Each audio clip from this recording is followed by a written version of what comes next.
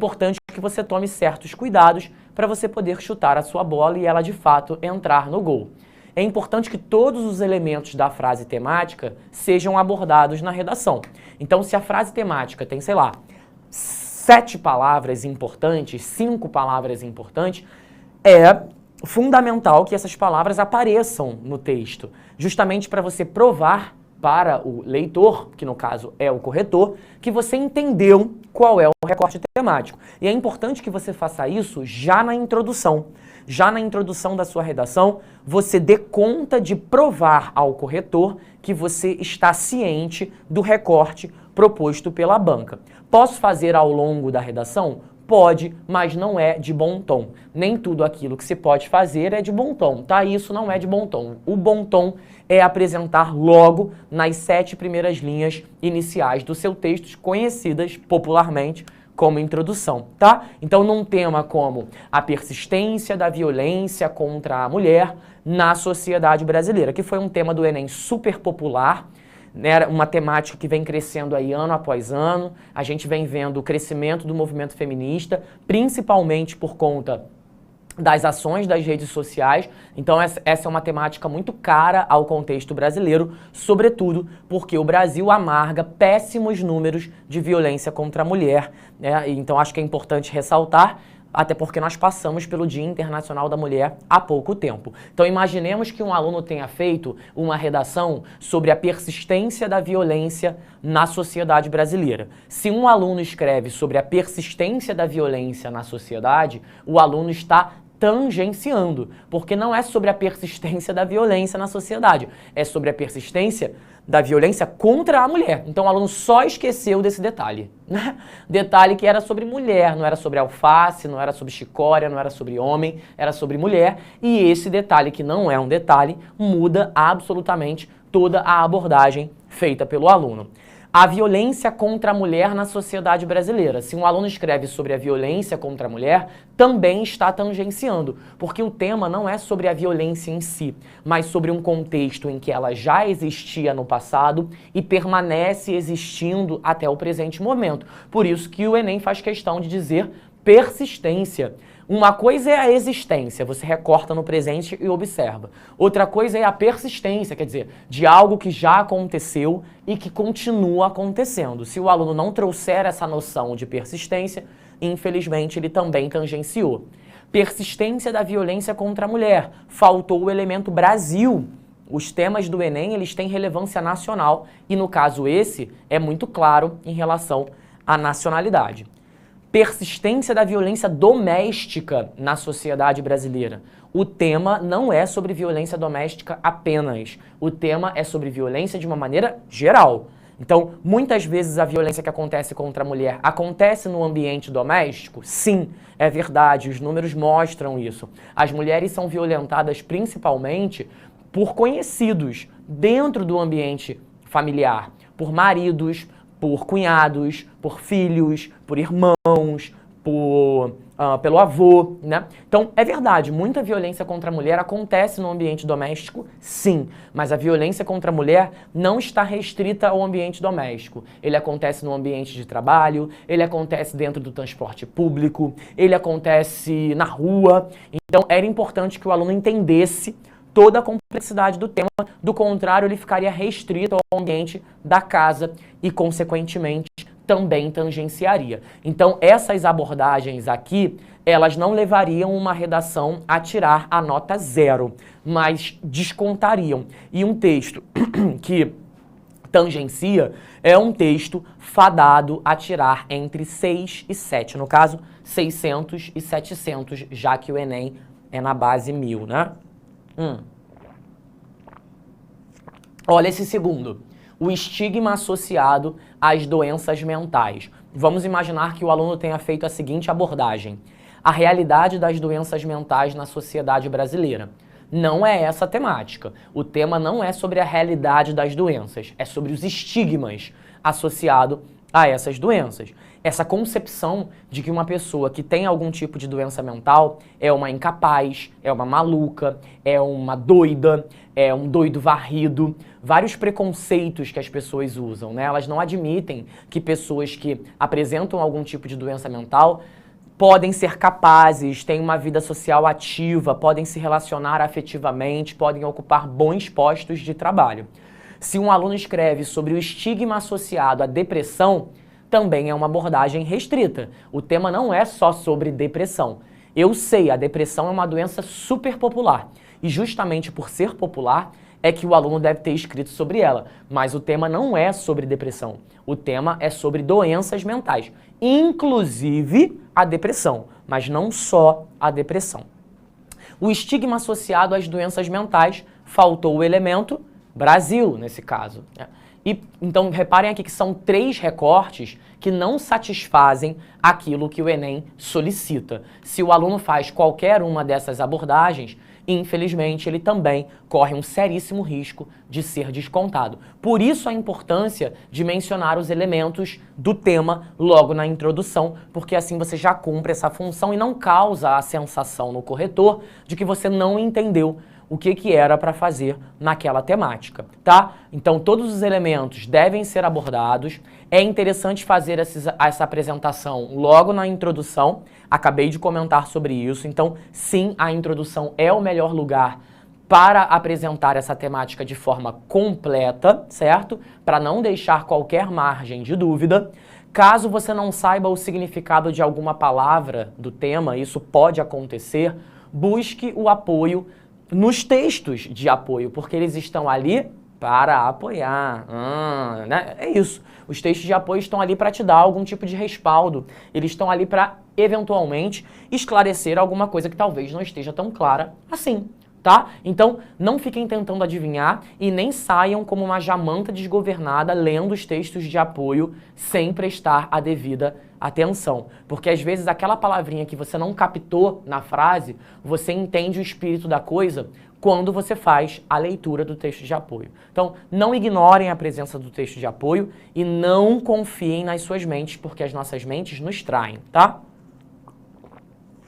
Você pode utilizar sinônimos para se referir às palavras do tema, claro, isso acontece com muita frequência.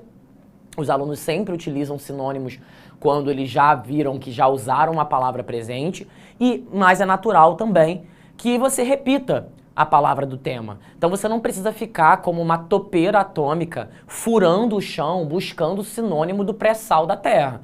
Tem hora que você vai repetir mesmo a palavra, isso acontece, gente. Um tema que trata de prostituição infantil, você não acha que a palavra prostituição vai aparecer algumas vezes no texto? Claro que vai aparecer. Se você ficar nessa sangria desatada, buscando sinônimos para prostituição, você vai pentelhar o juízo do seu professor, porque vocês ficam perguntando o tempo todo sinônimo para ele. E segundo, vai achar que não pode repetir a palavra. Nessas horas, tem um amiguinho que faz toda a diferença. Sabe quem é? O bom senso. O bom senso, ele faz uma diferença. Qual é o problema do bom senso? É que algumas pessoas não têm, tá? Mas se você tiver bom senso, você vai conseguir perceber quando é que está incômodo ou não está. O seu melhor amigo é o seu ouvido. Quando você sentir que está batendo meio ruim no ouvido, porque a palavra está muito próxima, afasta um pouquinho a palavra. Então não tem problema nenhum a palavra prostituição aparecer na linha 7 e depois aparecer na linha 15. Tá tudo certo, né? Então, ai, professor, já coloquei a palavra prostituição, agora o que é que eu faço? Pode colocar de novo, desde que ela apareça com um certo distanciamento. Não precisa ficar nessa sangria de mil bois, né? Pra tentar construir sinônimos que muitas vezes não existem. E aí, resultado, o aluno começa a escolher umas palavras completamente estranhas, força uma barra para fazer a coisa entrar na força, e aí não fica natural, tá? Claro, marque as palavras do tema antes de começar a fazer sua redação, isso aí é básico. Bota a sua munheca para funcionar, lápis na mão ou caneta na mão, circulando o que de importante tem naquela frase, porque ó, o nosso olho nos trai, principalmente quando a gente está muito tenso e muito nervoso. Você lê consumismo e está escrevendo sobre comunismo, porque misturou um pouquinho de macarrão com um poucão de macarrinho, e aí não vai dar certa essa situação, tá? Não vai dar certo essa situação. Quanto à abordagem do tema, tudo bem? Tudo certo? Falei tudo que eu acho que é importante que vocês não percam de vista na hora de fazer a redação. Querem perguntar alguma coisa com relação ao que eu falei? Do que vocês estão rindo, gente?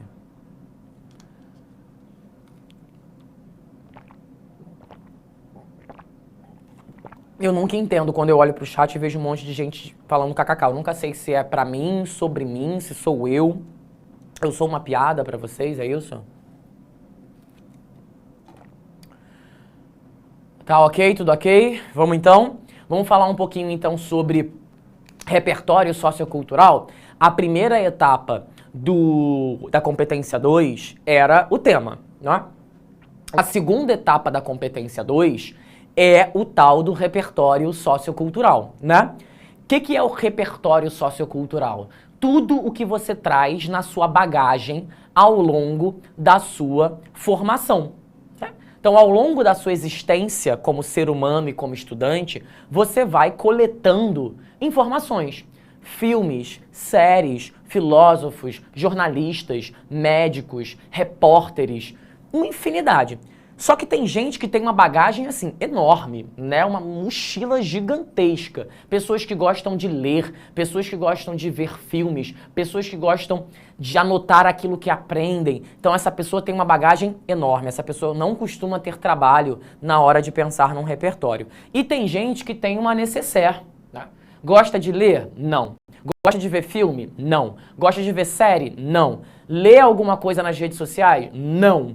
Cara, você vai ter uma pochete de repertório sociocultural, né? E aí é por isso que eu estou aqui. Eu quero transformar a sua pochete numa bagagem gigantesca. Porque se você for com essa pochete pro dia, você vai ter algo muito pequeno para contar. Então, gente, não tem muita saída. Se você é um pré-vestibulando em 2023 e vai fazer Enem, tem que aumentar essa pochete. Tem que virar uma mochila. Tem que começar a ler, tem que começar a ver filme, tem que começar a seguir bons perfis nas redes sociais, né? Tem que consultar fontes de informação. Se você não gosta de ver um jornal, não gosta de ler uma revista, não gosta de consumir filme, não assiste aula de sociologia, não assiste aula de história, aí realmente, gente, você vai pro dia do Enem com uma pochete, né? Você vai lá com uma quantidade muito restrita de conhecimento. Então o Enem espera que o aluno aplique conhecimentos da sua bagagem ao longo da sua formação. E é para isso também que eu estou aqui, para te ajudar a trazer essa bagagem. Quem me assistiu na semana passada, na mentoria de segunda-feira, deve ter visto que eu recomendei, inclusive, 5 filmes brasileiros para vocês assistirem. Deixei esse trabalhinho de casa. Não sei se algum aluno que está aqui chegou a assistir, mas ficou a recomendação ali para que os alunos assistissem sim, tá? E, claro, temos muita aula ao longo do ano, e ao longo do ano eu vou dizer, ó, segue esse perfil no Instagram, olha, segue essa pessoa aqui, vê esse vídeo, assiste esse episódio. Eu vou, aos poucos, trazendo informações para vocês, tá? O que você precisa pensar quando você pensar em repertório sociocultural? Primeiro, repertórios baseados nos textos de apoio não são contabilizados. Ponto final. Então, se você pega um dado do texto de apoio para usar na sua redação, pode fazer isso? Pode fazer isso. Vai contar como repertório? Não vai contar como repertório. Então, você não está proibido de usar um autor do texto de apoio, ou uma ideia do texto de apoio, ou um número do texto de apoio. Você só não pode achar que isso contará como repertório, porque não contará como repertório sociocultural, tá? Você não será contabilizado nessa situação. Segundo, o aluno ele deve apresentar, no mínimo, um repertório para garantir ponto. Preciso colocar um repertório em cada parágrafo? Não. É um repertório no mínimo. E o máximo? O máximo, vem o bom senso novamente, porque você não tem máximo. Você pode colocar 30 repertórios socioculturais. Ah, você pode? Pode, tudo pode naquele que te fortalece, não é mesmo? Mas convém fazê-lo? É de bom tom fazê-lo? Não é de bom tom fazê-lo, é óbvio que se você colocar muitos repertórios, você vai causar uma poluição no negócio. Aí o aluno começa com Platão, passa por Drauzio Varela, chega em Travessia com Glória Pérez e termina mencionando Susana Vieira. Quer dizer, vira uma grandíssima salada de repertórios numa tentativa desesperada de ganhar ponto. Professor, mas eu estou desesperado para ganhar ponto. Eu sei, criatura, mas você tem que disfarçar que está desesperado, né? Então a ideia é que você seja elegante, sutil e principalmente estratégico na hora de fazer essa aplicação. Beleza? 3 critérios importantes. O seu repertório, ele precisa ser pertinente. Resumindo, tem que ter a ver.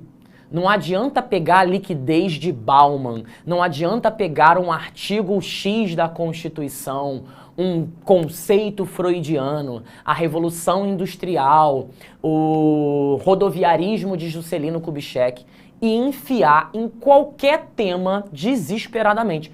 É preciso ter vínculo com o tema, né? Usar por usar não faz diferença. E isso é para aqueles alunos que usam aquele repertório que eles chamam de coringa.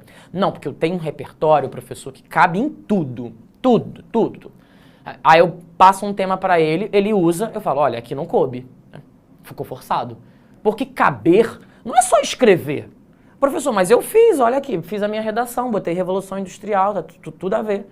Sim, criatura, mas não tem nada a ver, eu tô falando sobre violência contra animais domésticos. Você começou a falar sobre Revolução Industrial, aí disse que as pessoas que trabalhavam na antiga Inglaterra, né, no início da industrialização, deixavam seus cachorros em casa sozinho.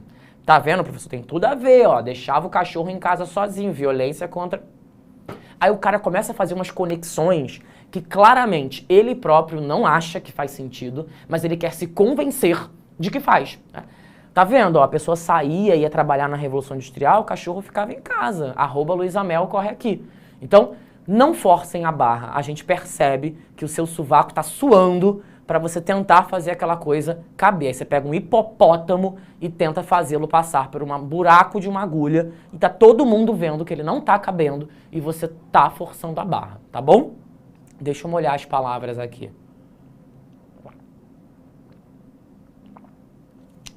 O que mais que você tem que se preocupar? Com a produtividade. Para você ganhar o máximo de pontos, o seu repertório ele tem que ser útil à argumentação. Ele tem que fazer diferença. Eu sempre falo isso para os meus alunos. E eu sempre uso essa metáfora. Quem me conhece sabe porque eu já falei algumas vezes dela aqui em aula. Que é, o repertório ele precisa ser um ingrediente do seu bolo e não a cereja do seu bolo.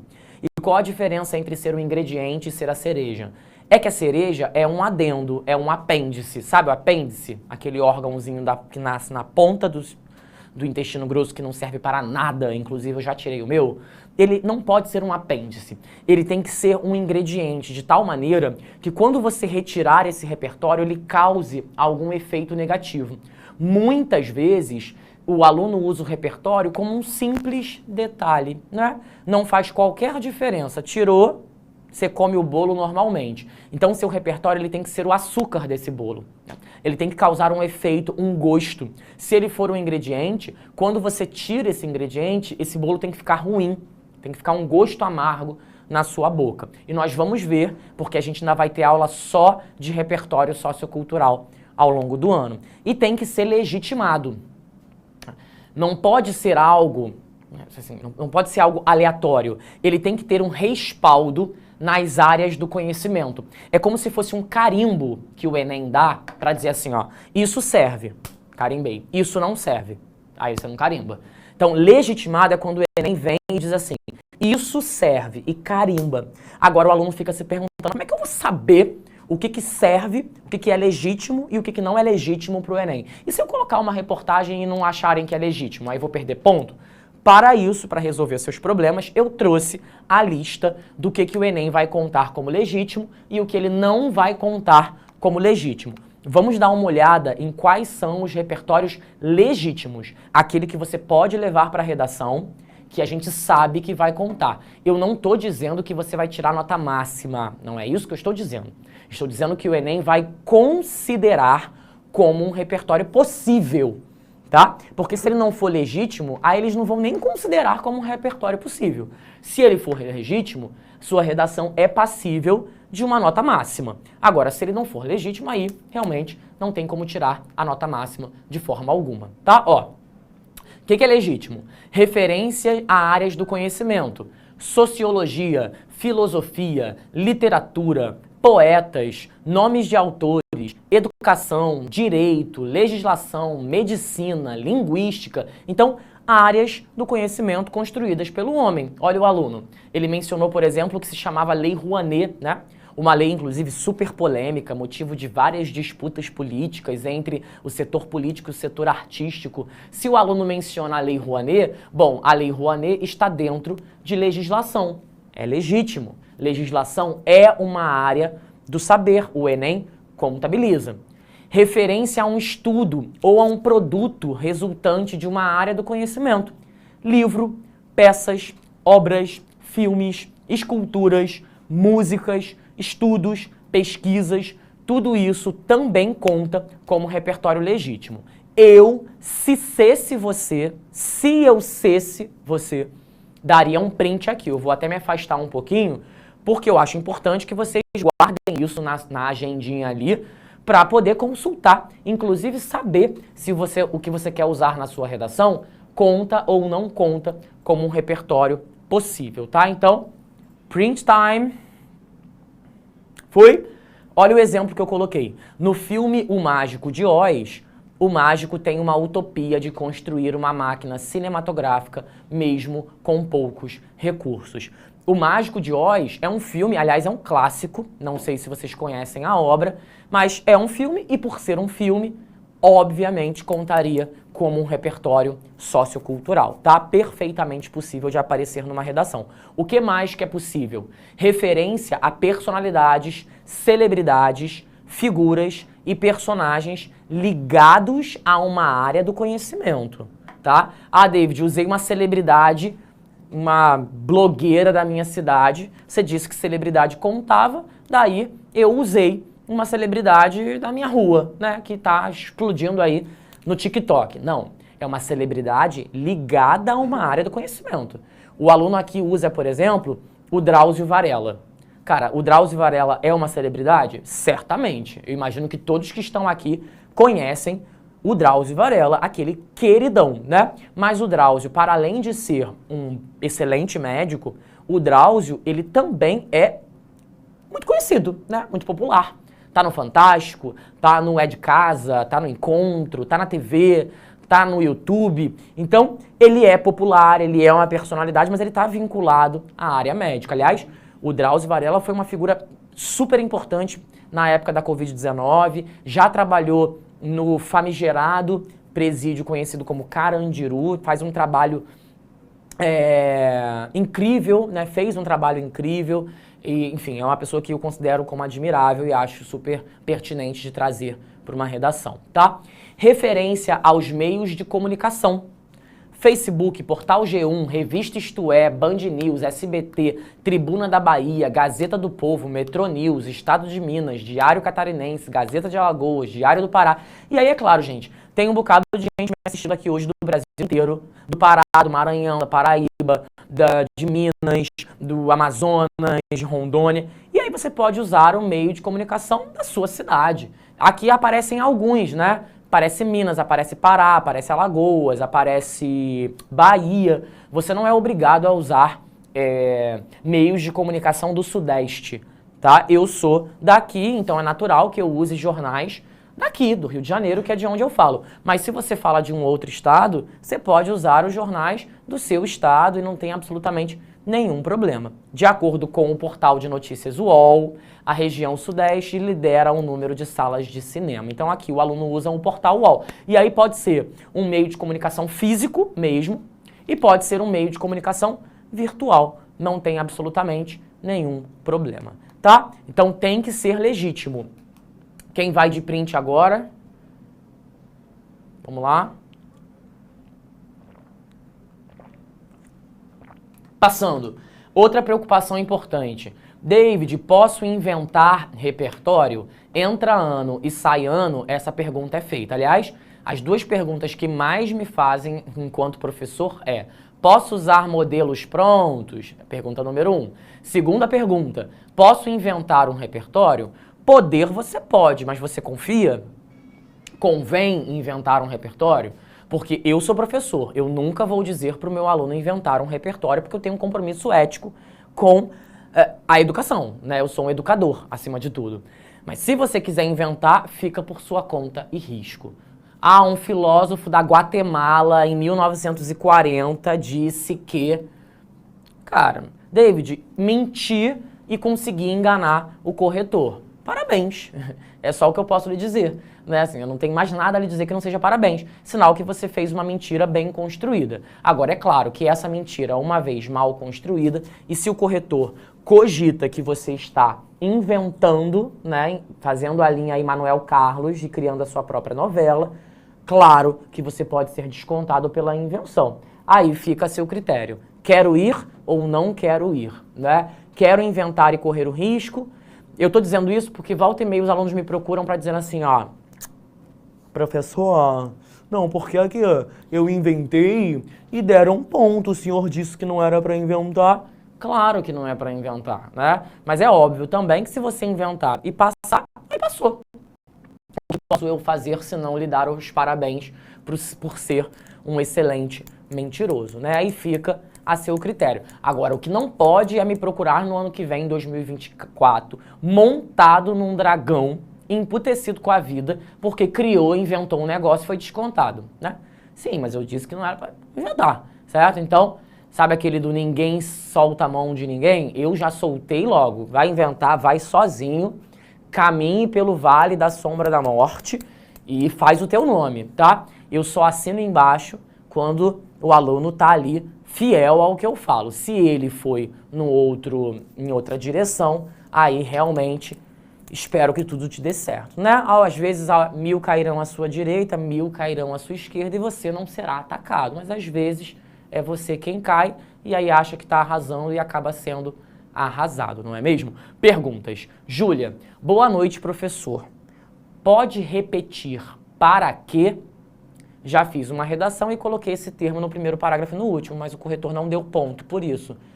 Júlia do céu, mas ele não daria ponto, né? Por que a gente daria ponto por isso? Eita, apareceu um para quê aqui. Eita, mais um para quê que eu vou te dar um ponto. Não, não funciona assim. Se ele não te descontou, fique em paz, né? A gente não dá ponto pela repetição do para quê.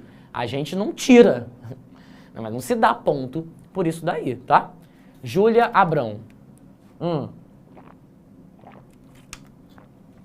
Professor, uma dúvida sobre os textos de apoio. Caso tenha algum dado de porcentagem, posso utilizar? Pode utilizar, você é uma mulher livre pela Constituição para fazer o que lhe bem entender, então você pode sim. Agora, claro que é interessante que você saiba o que fazer com esses números, né? Elaborar esses números, trabalhar em cima desses números e não só repetir os números direto na redação, porque aí vai ficar um pouquinho óbvio, né? Vai parecer que você está trocando 6 por meia dúzia. Joia ou não joia? Até aqui nos ajudou o Senhor? Eu ouvi um amém? Posso seguir? Tá tudo bem? Todo mundo comigo? Ou a essa altura do campeonato você já desistiu e está ouvindo Maísa ou Lana Del Rey num clima de melancolia? Vamos seguir? Cadê? Tem uma pergunta, diretor? Você baixa para mim um pouquinho lá no Word para ver o que os alunos estão perguntando? Mais um pouquinho, diretor, por favor. Tem mais. Professor, como usar experiência pessoal como repertório? Impossível, tá? Não dá, porque a experiência pessoal não é um repertório. O Enem é muito claro em relação a isso. Experiências pessoais não são válidas como repertório. Imagina, porque se contassem como repertório, por que cargas d'água nós estaríamos aqui nos esforçando para aprender esse bocado de coisa, tá? Então, na verdade, não funciona assim não, Ellen. Tem que pensar num repertório externo às suas experiências. Ai, ai, vamos embora? Vamos lá.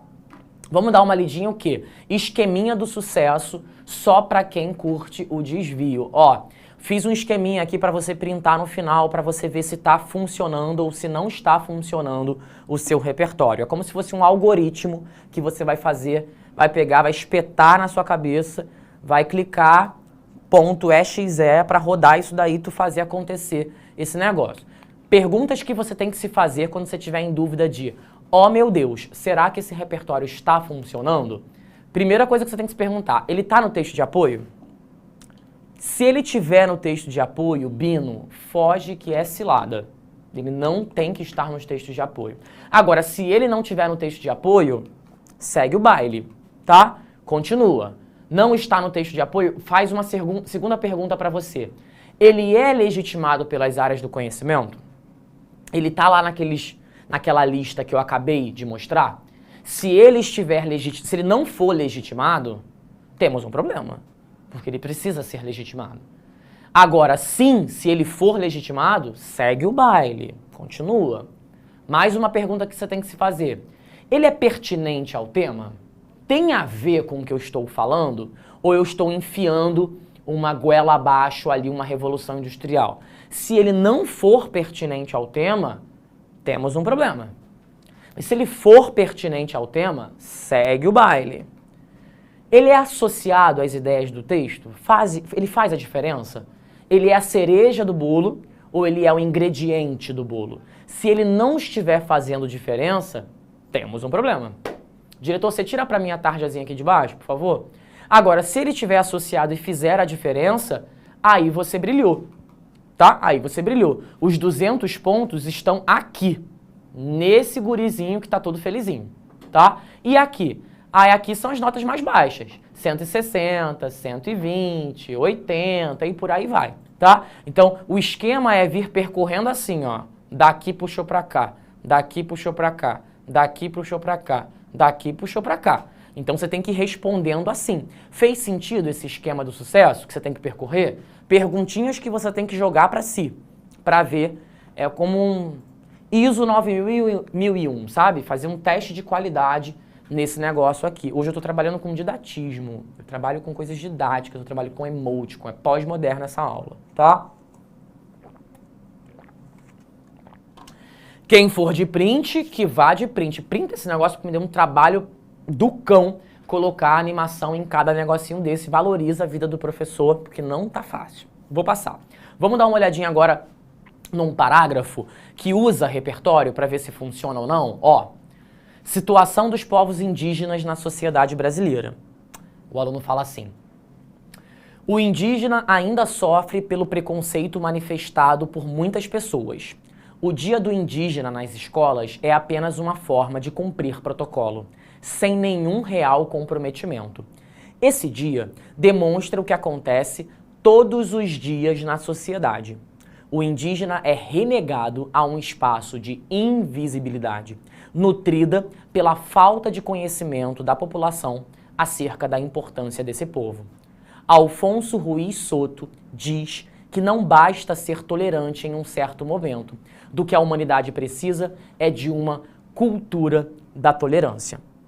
Gosto da ideia? Gosto. O que o aluno está falando faz sentido? Faz. E é verdade mesmo. Quando a gente observa a sociedade brasileira, a gente percebe que há muito mais um olhar festivo, né? Sabe o olhar festivo? Chega o dia do indígena, aí as pessoas pegam um urucum, passa na cara, faz um cocá, as crianças saem todas enfeitadas de indígena das escolas, aí tu faz um postzinho bacana pra sair, ó, de cu nas redes sociais, né? Então o que ele está dizendo é que o brasileiro ele tem um olhar de muita festa, de data comemorativa, mas que em contrapartida, em todos os outros dias do ano, ele não parece construir aos poucos essa preocupação, né? Ele renega a figura do indígena.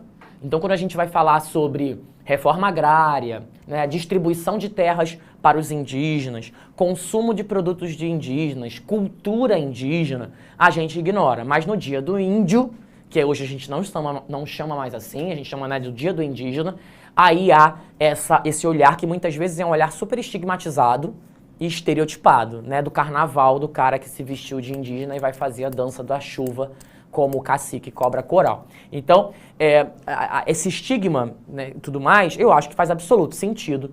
Isso acontece não só com a cultura indígena, mas com a própria cultura negra, né, de pessoas que se fantasiam de negros, que é o que a gente chama hoje de blackface, né, e que finalmente as pessoas entenderam que não há nada de engraçado nisso, se é que em algum dia já foi. Agora, para além do aluno fazer uma boa análise, ele menciona um tal de Alfonso Ruiz já aqui no final, tá vendo? Ó, Alfonso Ruiz diz que não basta ser tolerante em um certo momento, do que a gente precisa de uma cultura de tolerância. Errado ele não tá certo. Só que, cara, a presença do Alfonso Ruiz aqui no final, eu não gostei. Tá muito concentrado no final, não parece fazer uma grande diferença. A sensação que o aluno traz pro texto é que ele já tinha falado tudo que queria e falou assim, eita rapaz, tem que falar de um repertório. Enfia um Alfonso Ruiz aí, porque a frase tem a ver, mas está de um jeito que não transmite sensação de conexão. Tá quase como se fossem dois blocos. Fez o parágrafo e depois encaixou o repertório. E isso é desagradável, né? Tem uma ideia central aqui, beleza. Tem uma defesa da ideia aqui, beleza. E só no final é que o aluno coloca repertório e isso fica um pouco incômodo. Ficou muito no finalzinho do parágrafo, já quase dando um tchau. Então o aluno usa o repertório que está no texto de apoio? Não. Alfonso Ruiz não estava no texto de apoio. Então, ótimo. Dá um check. O repertório é legitimado pelas áreas do conhecimento? Sim, porque o Alfonso Ruiz é um pensador. Então, check. O repertório é pertinente ao tema? Sim, também. Por que é pertinente? Porque a frase faz sentido, tem a ver com o que o aluno está falando. Mas o repertório está associado às ideias? Eu não consigo ver essa associação sendo feita com tanta força, né? Então, eu não daria check para a última pergunta. Eu não considero que está bem conectado. Me parece que o repertório está muito isolado, perdido nesse parágrafo. Então, eu daria para essa... Tira aqui para mim, por favor, diretor, de novo. Eu daria para esse parágrafo, no máximo, 160 pontos. Ele conseguiu 3 checks, mas não conseguiu o último. Não sinto um emaranhamento, sabe? Eu não sinto que isso está emaranhado no texto. Agora, o segundo caso, não. O segundo caso eu gosto, porque é a mesma ideia, é o mesmo repertório, mas esse aluno tem um pouquinho mais de manejo e de amadurecimento na hora de escrever. Reparem, o combate ao preconceito contra o indígena é ineficaz no Brasil. Ideia central. Depois ele diz assim: Alfonso Ruiz Soto postula que não basta ser tolerante em um certo momento. Do que a humanidade precisa é de uma cultura de tolerância. Levou o repertório lá para cima. Gostei. Agora ele vai explicar. Tomando a frase como base, nota-se que o Dia do Indígena nas escolas é apenas uma forma de cumprir protocolo, muito diferente do que o semiólogo considera como tolerância.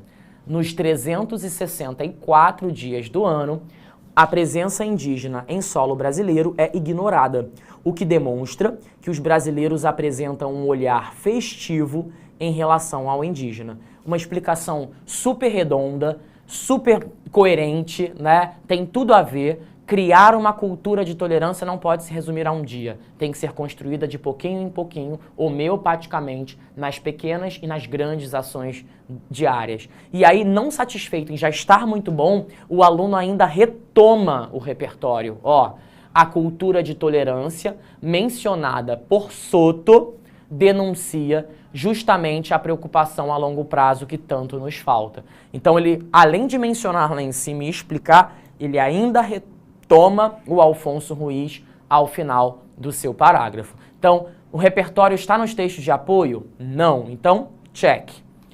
O repertório é legitimado pelas áreas do conhecimento? Sim, ele é um semiólogo. Check. O repertório é pertinente ao tema? Sim. Check. O repertório está associado às ideias do texto? Sim, também. Então, esse é um parágrafo passível de 200 pontos. Eu, se você, também printaria isso daqui, porque na hora de escrever o parágrafo, basta que você siga essa estrutura. Menciona a ideia, apresenta o repertório, explica o repertório e eu ainda retomo o repertório. Para ficar assim, não há dúvidas de que o aluno está aproveitando esse repertório o máximo possível, tá? Brilhou! Tenho que ir embora, mas antes de ir embora, nesse 1 minutinho que eu vou comer aqui, diretor, já estou acabando, vou só até 7h17 para fechar aqui esse encontro. Vou deixar aqui a estrutura textual perfeita para você seguir. Introdução, desenvolvimento, desenvolvimento, conclusão, tá? Na introdução, apresenta o tema e bota a tese. No D1, ideia, defende. D2, ideia, defende. Conclusão, retoma a tese, propostas de intervenção e fecha o texto. David, peraí, tá correndo muito, peraí que eu tenho que entender isso com calma. Calma, criatura, que isso aqui é só para você guardar. Nós ainda nos aprofundaremos nisso ao longo das nossas aulas. O repertório sociocultural tem que ficar aqui, tá? Repertório sociocultural na conclusão é só um detalhezinho, um negocinho, um frufruzinho, tá? Mas isso aqui é o que você tem que carregar no seu bolso para todo sempre. A estrutura do Enem está aqui. Use isso para exorcizar todos os demônios que ainda habitam esse corpo da dúvida. Sabe o demônio da dúvida? Você está lá estudando, ele vem se apoderar como um espírito obsessor. Então, use isso daqui para afastar esse demônio obsessor da dúvida, mas fiquem tranquilos que no futuro próximo eu vou explicar isso com um pouco mais de calma, mas eu preciso encerrar a aula porque já já o Glaucio vem aí, eu não posso ficar aqui tomando a vida inteira, afinal de contas, chegamos ao fim. Foi bom para vocês? Ai, Deus, falei demais, né? Eu quase não respondi perguntas hoje porque tinha muita coisa para falar, não é mesmo? Passou rápido? Então tá bom então. Foi bom estar com vocês, brincar com vocês, sobretudo. Segunda-feira estou eu na minha casa, 9h15 da noite, quarta-feira, 6h30, ao vivo no YouTube, aquelas coisas, aqueles pique, vocês já conhecem, tá bom? Beijo no seu coração, segunda-feira a gente se encontra, bom descanso pra vocês e boa aula de matemática também, tá? Tchau, tchau, boa semana. Assista nossas aulas a hora que você quiser. Vem com o Pro, o cursinho online que mais aprova no Enem. Assine em proenem.com.br.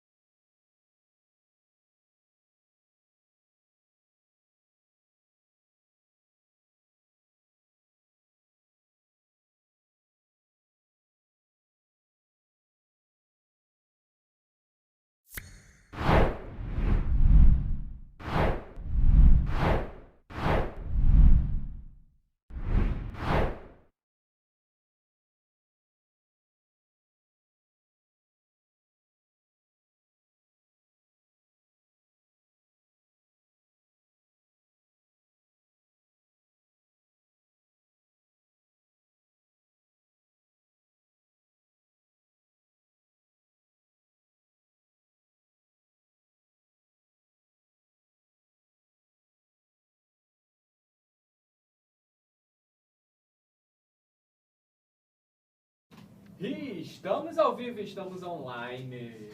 Pró-lacradoras e pró-lacradores do meu coração, tudo bem com vocês? Por aqui Diego Dias, seu professor de redação do Pró-Medicina, seu professor de redação do Pró-Enem. E olha só, eu confesso, tá? Que eu tô me sentindo aqui em Black Mirror hoje. Sabe aquela série da distopia, do mundo digital? Porque eu tô olhando pro canal do ProEnem, eu tô olhando pro canal de medicina e já tô olhando pro nosso clube de craques no canal do Telegram. Então, beijo triplo aí pra todos vocês, pra galera que tá acompanhando já do Telegram. Que maravilha poder falar com vocês pela primeira vez, nosso contato, poder falar com a galera do ProMedicina, meus filhos, né? Estamos juntos nessa longa jornada rumo ao jaleco. Para quem não me conhece, eu sou professor do ProMedicina de Redação e para a galera do ProEnem, né, também sejam todos muito bem-vindos. E o objetivo dessa live é o seguinte, eu vou te dar um aperitivo, né, porque a gente lançou esse produto novo, né, esse clube de craques para sua redação nota 1000.